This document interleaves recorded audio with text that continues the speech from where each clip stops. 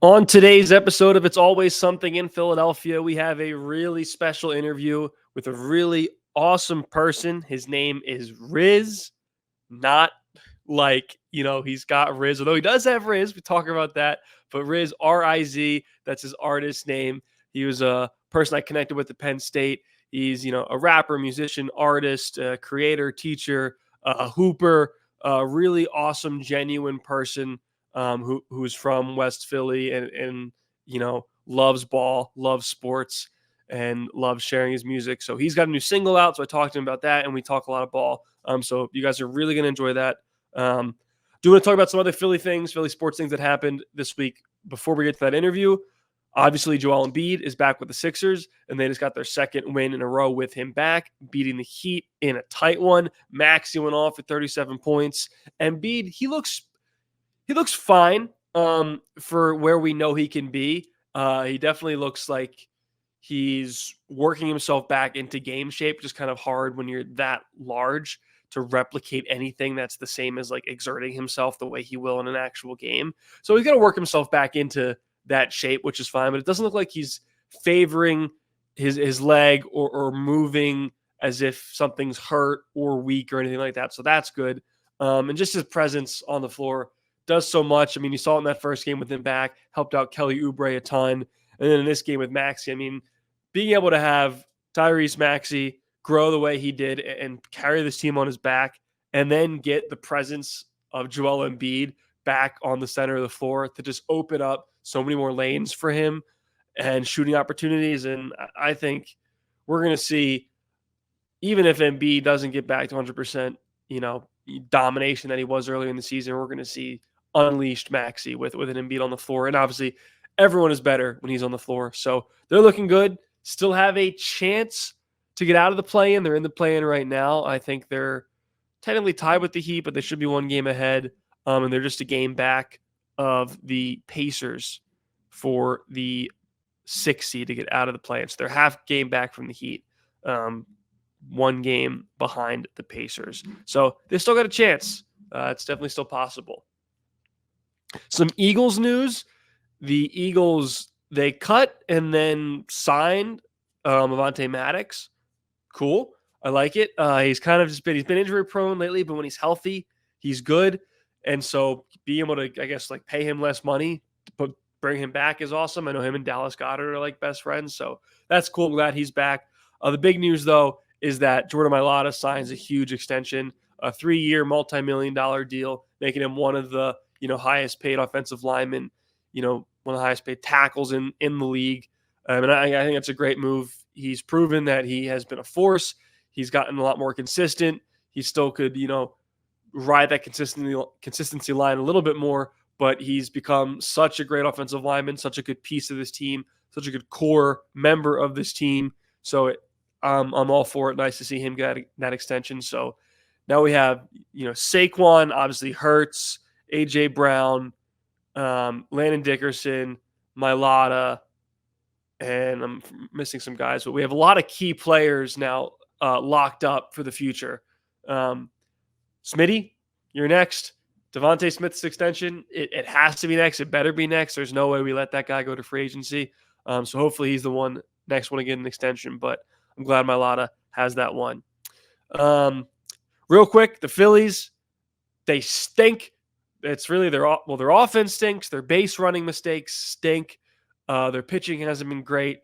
They start slow every year, and I wish they didn't. It sucks that they do, but that's who they are. They keep trying to tell us, hey, not this year. We're not going to be this. And when someone shows you who you are, believe them. Does that mean they're a bad team? No, they're going to figure it out. They're going to be a really good team. They just, for whatever reason, they start slow, and it's infuriating.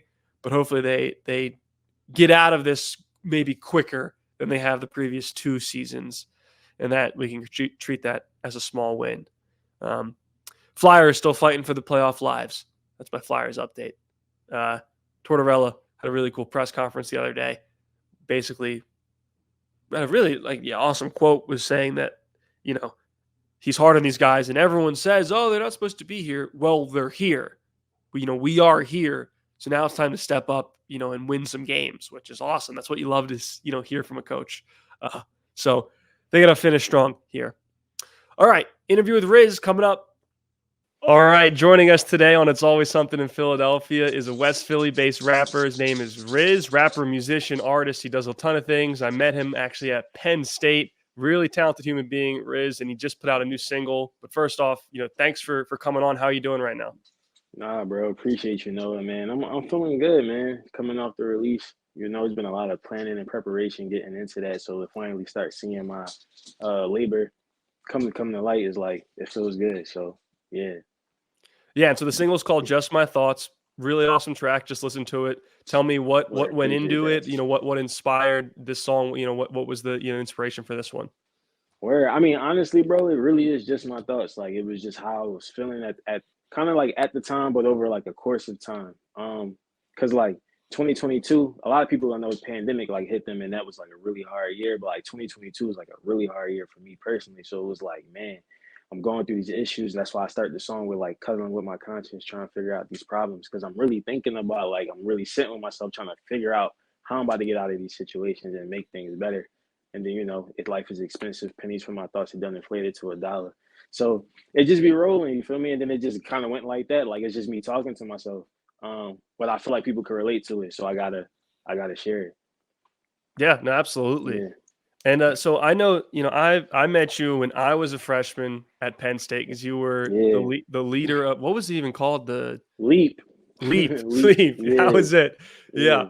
And I want to get into that in a second, but I know you were making music at that point. So how long have you been, an artist and musician? How long has music been a passion of yours? Man, for real, I say it's probably going like 12 years now. Like, when you met me, I feel like I was still in the early stages. Like I started when I was in high school, like 10th grade.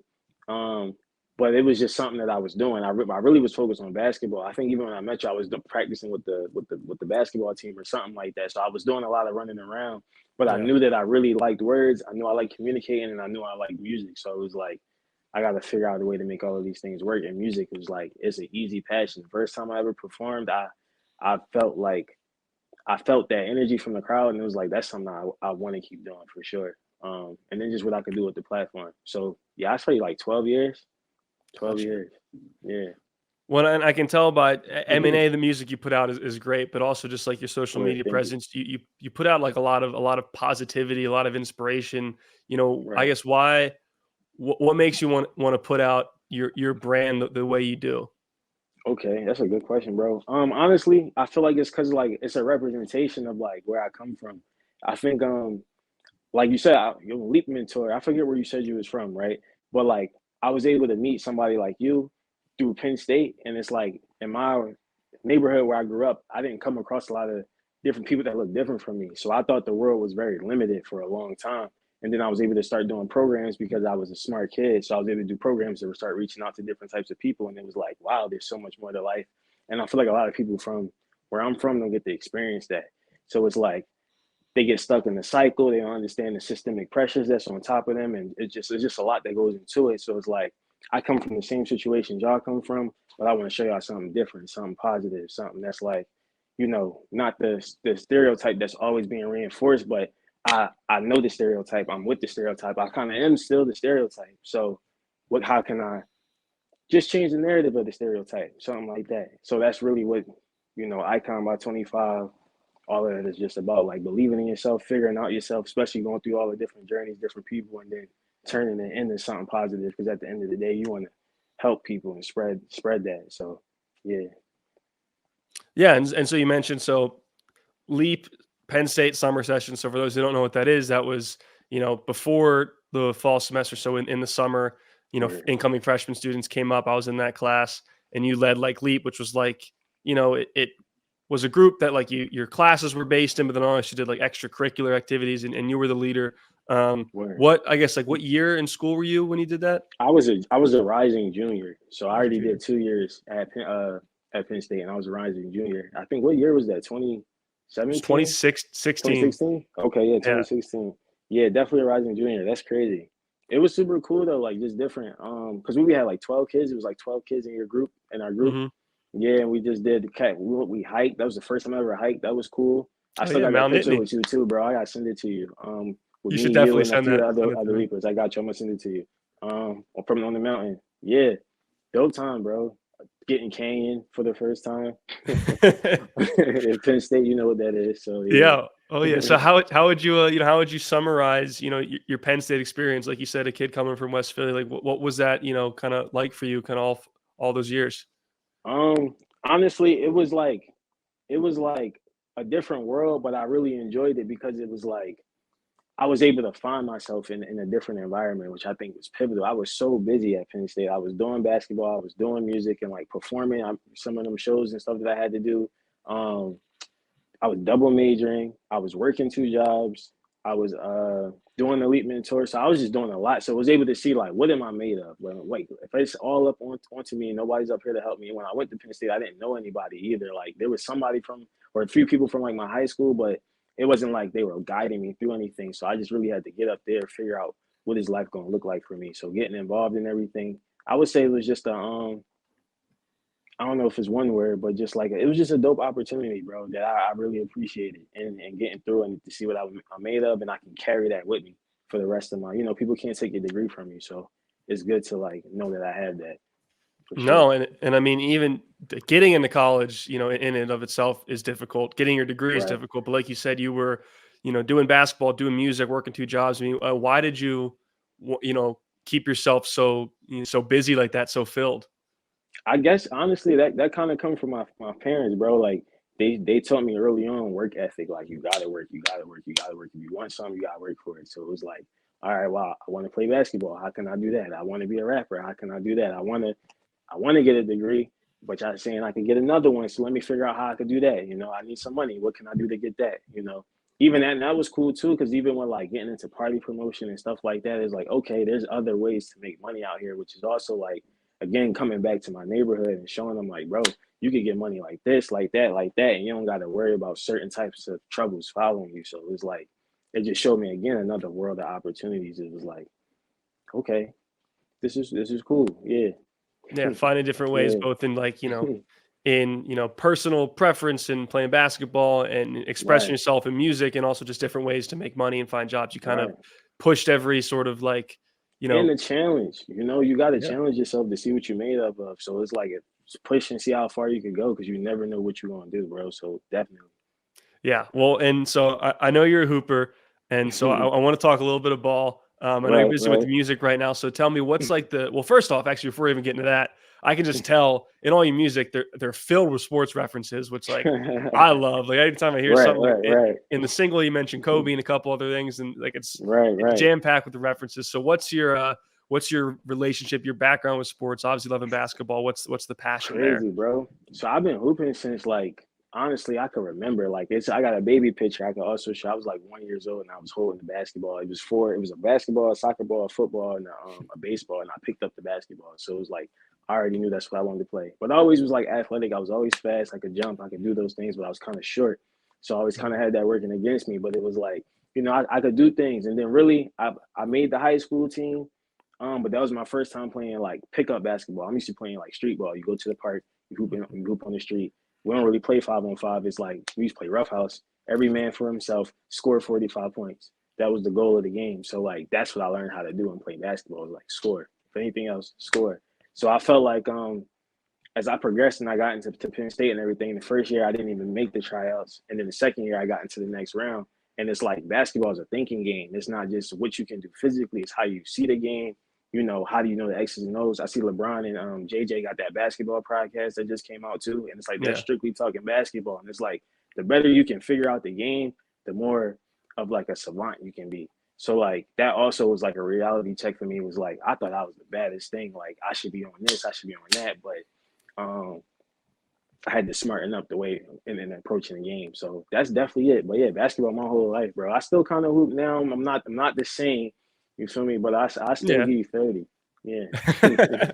Still drop 30 on your head. I love it. Yeah. So Yeah. what's outside of just like, the basketball IQ, what was the biggest difference in playing like pickup street ball versus like organized like 5-on-5 high school, Penn State? Like what was the biggest like difference on the floor? Is that I think is really you got to answer to somebody. Like there is a coach, and the coach wants certain things out of you. And sometimes if you don't fit into the what they see for the team, then that can be conflicting. So like I know like in high school that was kind of a thing, and it was like we want to feed certain players or things like that. Everybody go through the high school bias if you play high school sports, I'm sure. So it was like, all right. So it's like I kind of started to question like, well, can I play or what is it? This is it the game? So there's all these extra pressures of when you playing under the whistle. There's a system involved. There's structure. There's a shot clock. There's what do you do with the last 2 minutes of the game? There's situational basketball, which like street ball again, you just go, you play, you get to 11 points, next game, whatever. You call your own fouls, all those types of things. So it's like. Yeah, but also on the flip side, street ball teach you to just play. Like I'm not worried about fouls. I'm not trying to do this. I'm just trying to get to the basket, so it keeps me locked in on the sport. But then it's like there's some people who benefit from knowing how to draw fouls and knowing how to do other things that I probably not hip to. That playing under the whistle teaches you versus street ball. So that was definitely it. It was just the mentality of the whole thing. What is more, if you had a choice, what's more fun? Would you rather go play street ball or play like, semi-organized, like 5-on-5? Honest, at this point at my age, bro, I'm playing organized ball. I don't got time for all the street ball, the ego. It's too much, man. Everybody want to be Steph Curry or some GOAT on street ball. So that's another thing. But organized, like, we calm. We just want to play. We just want to exercise. If you do something nice, cool. But it's much different vibes now, especially being older. Like I like the gym too. I don't want to play outside. I'm cool. Did you ever play in? I know you're obviously playing for the higher teams, but like just the Penn State rec leagues at all? Did you ever do that? So we did IM. Well, my first year. Let me, because my first semester, we did the white building tournament and we won. So as a freshman, but that was like kind of like you opt in if you want to. But there was some what's the club players? It was some club players, some IM players, and I think not like practice squad. Well, no, and some practice squad players, and we won freshman year. So I'm like. That's why I feel like I'm here. And then my second year, we did I think the Korean Student Association had a tournament. And they just wanted me. I one Korean kid I was cool with. He was super cool. He was a townie too. And then he asked me to play on his team. I'm like, all right, cool. And then it was just me. I'm the only black dude. And we went all the way to the championship. And they was like, you the MVP and da-da-da. And I was like, man, I appreciate y'all for just letting me play. Like, it was cool. And they let me keep the whole pot and everything. So that was like super love. So I did like a couple Penn State tournaments, and then people around the city, the State College area, had me do like a couple of tournaments. But I never really did anything with Penn State outside of the practice squad. And then it was with the Lady Lions as well, being part of the Red Dragons, because they need some male competitors to play against. So that was pretty much it. I still get the alumni letters from Penn State, though. They got to stop harassing.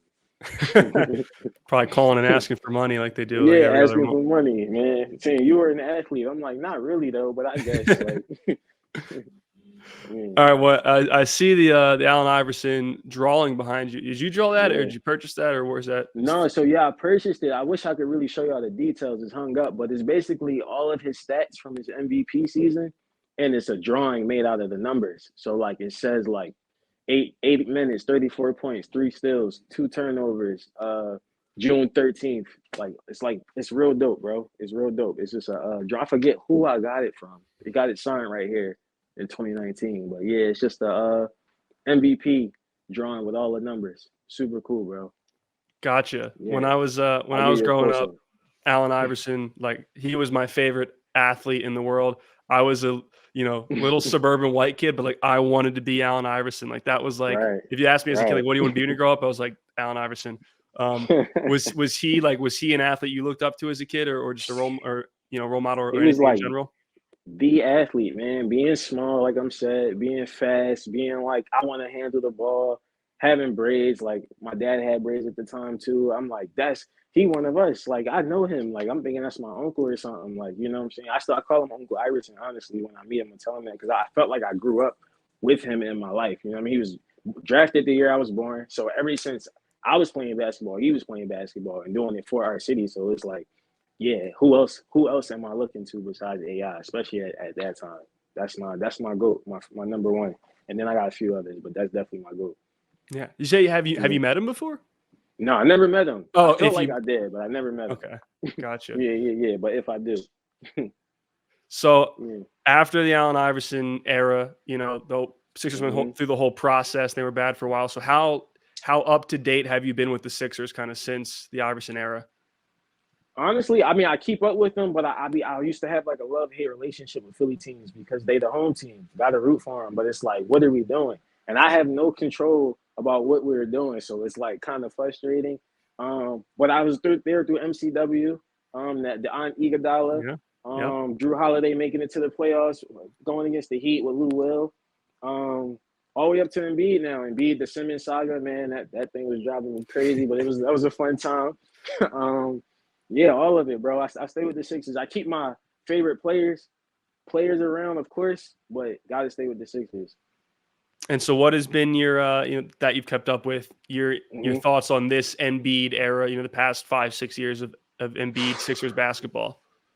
Man, I want to be honest, but I don't want them to come get me. You know, You could say, I mean, they've so, been no, they've been no, disappointing. I mean, it's they've no, yeah. I feel like, man, I feel like playoff Embiid with our previous coach. I didn't like playoff Embiid. I feel like why does Al Horford kind of slow him down in every Celtics series? time. Like I never understood. I never understood that. I feel like we need another wing player, like especially right now. I like Harris, but I just feel like some days he don't got that dog in him, and Yep. it's like we need you to be aggressive, bro. If you're not being aggressive, then you like figure it out. I like Maxey. I do like Maxey. Um, I want to see him get into some like Jalen Brunson style action. I feel like he could really benefit off of that. But I think that's all with coaching. I do like Nick Nurse. I feel like he's doing something better. He's doing well with what he's had this season. Honestly, Oubre has surprised me with a couple 30-point outbursts. Yeah. So I do like that.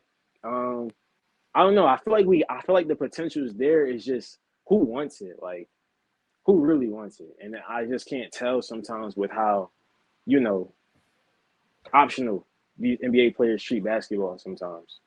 Yeah, I mean that's a good Yeah, point. The good thing, so it seems like every year Embiid gets to the playoffs, he gets hurt, and then he plays at like 75%.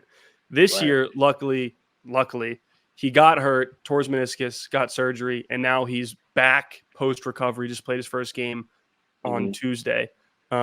So there's a chance that he's actually 100% healthy for this playoff run, so we could finally see like a full Embiid.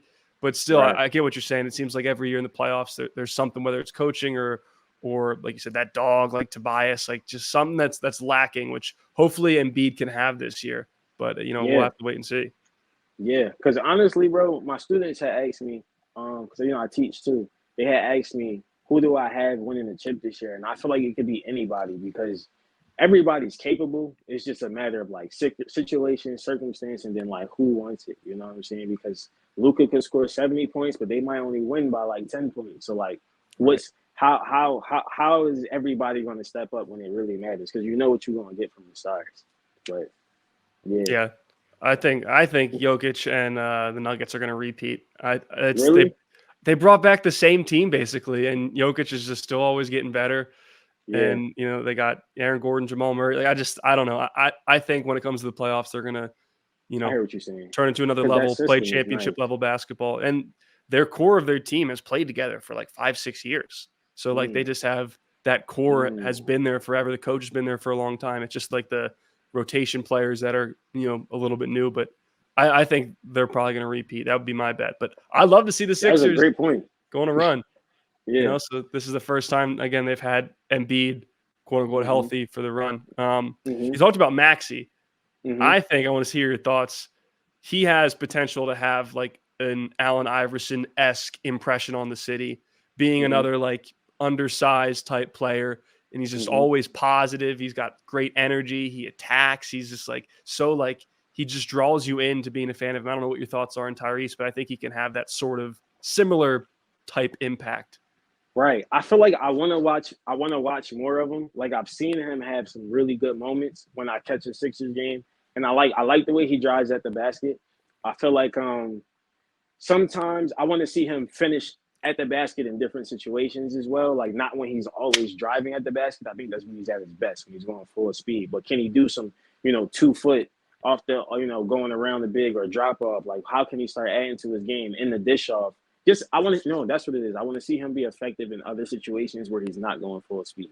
Because I feel like when he's going full speed, he's like a 99 overall. Like he's going to give you something. You feel me? But when the game slows down and he got to get into the situational of the basketball, which is like the playoff sport, the playoff aspect of it, what is he going? What is he really going to give me? Because I'm big on 2K and ratings and everything, but I think he's like an 80, like an 85 or something like that. And it's like you could be better than that, and we know you could be better than that. But that's what's holding him back.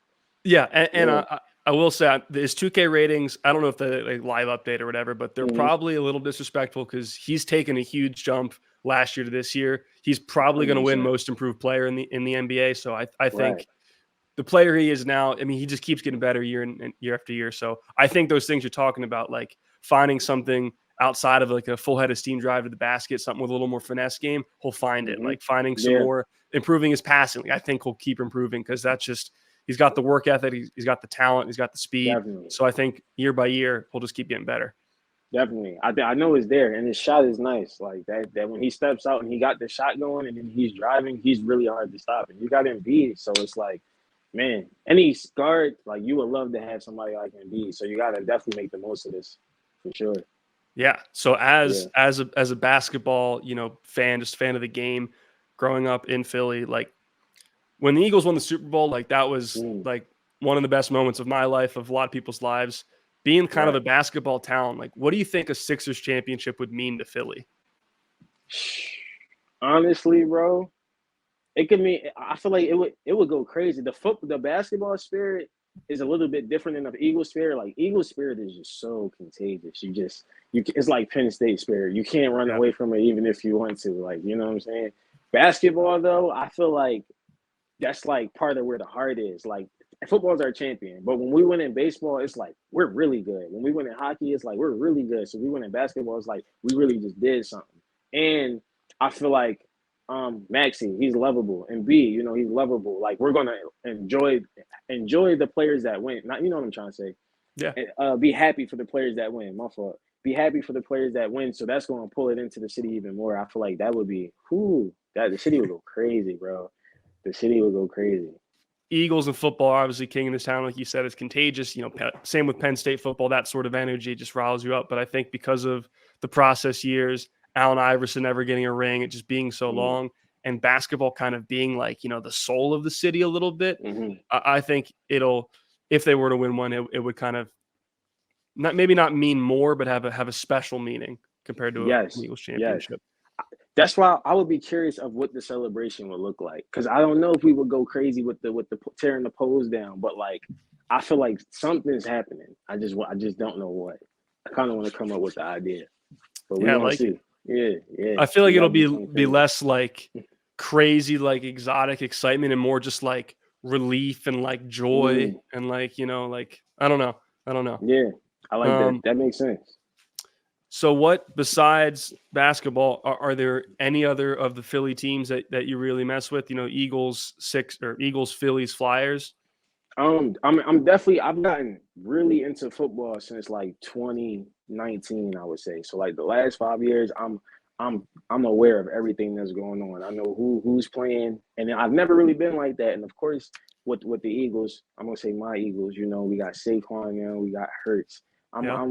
I'm liking the direction we're going. At least offensively, we got two crazy wide receivers. Like I feel like I don't know. The way I play with on Madden, back to the video games, it's like why can't we play like this all the time? But I understand this. It's a system. It's still a system, especially at that level. But yeah, I'm definitely in it. I'm here for the Phillies. I'm here for hockey, but I don't watch. So I just got a disclaimer. I don't watch. Yeah, that's fair. That's fair. With the Eagles, so I mean, how excited were you when they signed Saquon? Man, I was really excited, but I was just keeping it calm because I'm like, this is crazy. Like this is really crazy, and it just felt so full circle because even the year I graduated, this year he drafted, and I'm like, dang, it's just like he went there. He kind of was having his own ups and downs and everything going like that, and now he's coming back, which I feel like is home because I wanted him to get drafted to the Eagles off RiZ. And when I always used to make my man player back in the day, his number would be 26. I'll put him on the Eagles. So I just feel like, yeah, that's my guy. I'm betting on him. I'm betting on him to really have a good breakout year. And I feel like I like Howie, like the way he does and organizes the team. I like I know we lost some good defenders, which like losing Fletcher Cox, losing Reddick just now was like, okay, that was kind of different. and I forget which DB we let a DB go. I think. Um, but it's cool. I feel like that's how football is. A lot of pieces move every year, but you got to figure it out because it's like we gonna build a team, we gonna try it, and we gonna punch it. We got our core pieces, but we gotta build around that and then punch it. So I'm feeling good about us this year. Well, good. That's what I was going to ask. My next question Yeah. was based on what happened last season, where they just like completely Mm. collapsed second half. I mean, with their offseason additions, what's the Hmm. confidence level going into 2024? I'm not gonna lie. I felt like I knew that was gonna happen last year because I didn't like the way we were winning. And I feel like that's Hmm. why people kind of kept undercutting this, and I wasn't liking it because I was like, you should still give us our credit because we are winning and we're just introducing a different style of football. But it would feel like this isn't what we're supposed to do. Like we should be putting up having 40-point games. We should be having, like why can't we just pour it on sometimes? Why are we just getting by? Or 32 points seems like it's okay, but I seen how we had to really work for those 32. And I feel like sometimes we should be dominant, especially if you're trying to win a championship. You got to have dominant moments, and then you're gonna have some we just pulled it out moments. But there wasn't enough dominant moments last year, and I feel like, or just big plays.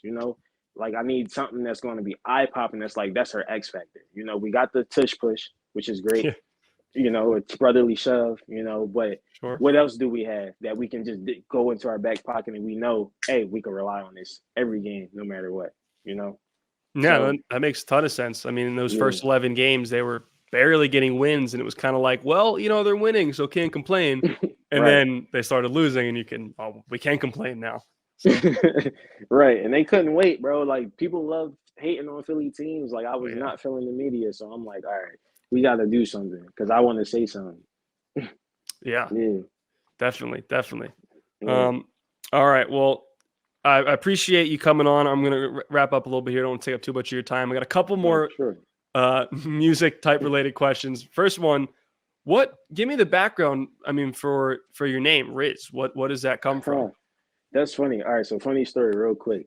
It was in like it's two things. So at the time when I was coming up with a name, we are, what my real name is. I'm not gonna say it, but it's very close to my real name. And I'm like, that just doesn't sound like a rapper's name. And I'm like, I don't always want to go by that. I was trying to find a nickname. And what my parents call me at home, like they never use my real name. And when I go to my cousin's house, they never use my real name, but everybody's calling me something different. So it's like, what do I want to be called? And I seen in my 8th grade yearbook somebody wrote like Riz and Money or something like that. And I was like, are they calling me Rizz or are they calling them Rizz? Because we had the same first name. And I was like, I guess it's me. Like, I'm going to just take it as me because I never seen him use it after that. So I was like, all right, I guess he was talking to me. And then, there was Breezy and Wheezy and all that stuff. So I'm like, I'm Yeah. going to just do Rizz. That's gonna be my name. And the letters, you feel me? The letters is positioned in that way for a reason as well. So it's like, I like that. Yeah. And that was charisma, which is crazy. It's like Well, full circle. that's what I wanted to ask All about. right. Now everyone's saying like, "Oh, he's got Riz, he's got the Rizzler or whatever." Like Riz is like a term now. So like, are you having to like correct people? Do people think like Oh your man. name is after charisma and Riz with two Z's? So like no, so my students though they always spell Riz with two Z's because I'm Yep. Mr. Riz there, and it's like that's not how you spell it, but I know that's how y'all familiar with it. But it's like it's cool because now I can still trademark how I got to trademark. You feel me? It's different, but it's like I'm older. I'm older than y'all. I'm older than the same. That's been my name and it's documented. You can check the Apple Music and all that. This has been my name, so I don't Yeah. be feeling too worried about it. But it was weird when people was using the name, and I'm like, why is you know where are these hits coming from? All right. Yeah, I mean, it's honestly Yeah. kind of like because I mean, you've been had that name for a while. It's documented. Sort of a blessing Right. in disguise that you picked a name that like ended up becoming like a viral slang term. Yeah. Years later. Yeah. And it's a cool term. I'm like, I love that it's a cool term because I feel like that's me. Yeah. Would you Yeah. say you have Riz? Of course. My lady will vouch as well. But yeah, of course, I can't not lead by example out here. Hell yeah. Yeah. No, I know you do. All Yeah. right, last question. So you put the single out, Just My Thoughts. There's been some Mhm. chatter for more, maybe an album. Oh What's yeah. next for Riz Icon by 25? What's next coming out? Man, they definitely start pressing me, but honestly, a lot, bro. I got a lot of songs written. I'm finally in a space where I can just really record the way that I want to. I'm understanding music differently, so now it's not taking as much stress to figure out what I need to do when I go into the studio, when I go into the booth. I'm very like conscious and just aware of what I want to do musically, and even with the instruments, like I'm just hearing music differently. So a lot of songs to record. We got another video on the way. Shifty video is dropping soon, right behind Just My Thoughts. We're gonna have some showcase like events. We trying to I'm not gonna say rebrand, but just re-image how showcases are done to a certain extent. Give the audience an experience, so it's not just people coming to watch the one person that they paid for it. I want them to enjoy the entire show and feel like they're a part of the show. So we're gonna be doing that soon. Just a lot of moves, bro. More merch is coming. People have been asking me for icon merch, so I want to do that as well. And just consistent music, bro. Consistent vibes. Like I want to show y'all that it's not just one good song, not two, not three, not four, but I got songs. And you know, when it comes to music, I make good music, and that's y'all gonna enjoy the product. And then if y'all like me too, that's cool. But if not, I want y'all at least like the product that I'm putting out. So yeah. Well, I love to hear it. Plenty more coming. If you guys are listening right now, go listen to RiZ. He's on Spotify. Just My Thoughts just came out. Yeah. Shifty. I mean, that's the song that I put on all my social media clips, and I Right. love it. It's Right. that one's a banger. Vibes, So, man. RiZ, I appreciate you coming on. Keep on making good stuff, and thank you. Appreciate you, Noah. You keep doing your thing too, bro. I'm proud of where you're going, what you're doing, bro. Thank you, man. It means a lot. Yeah.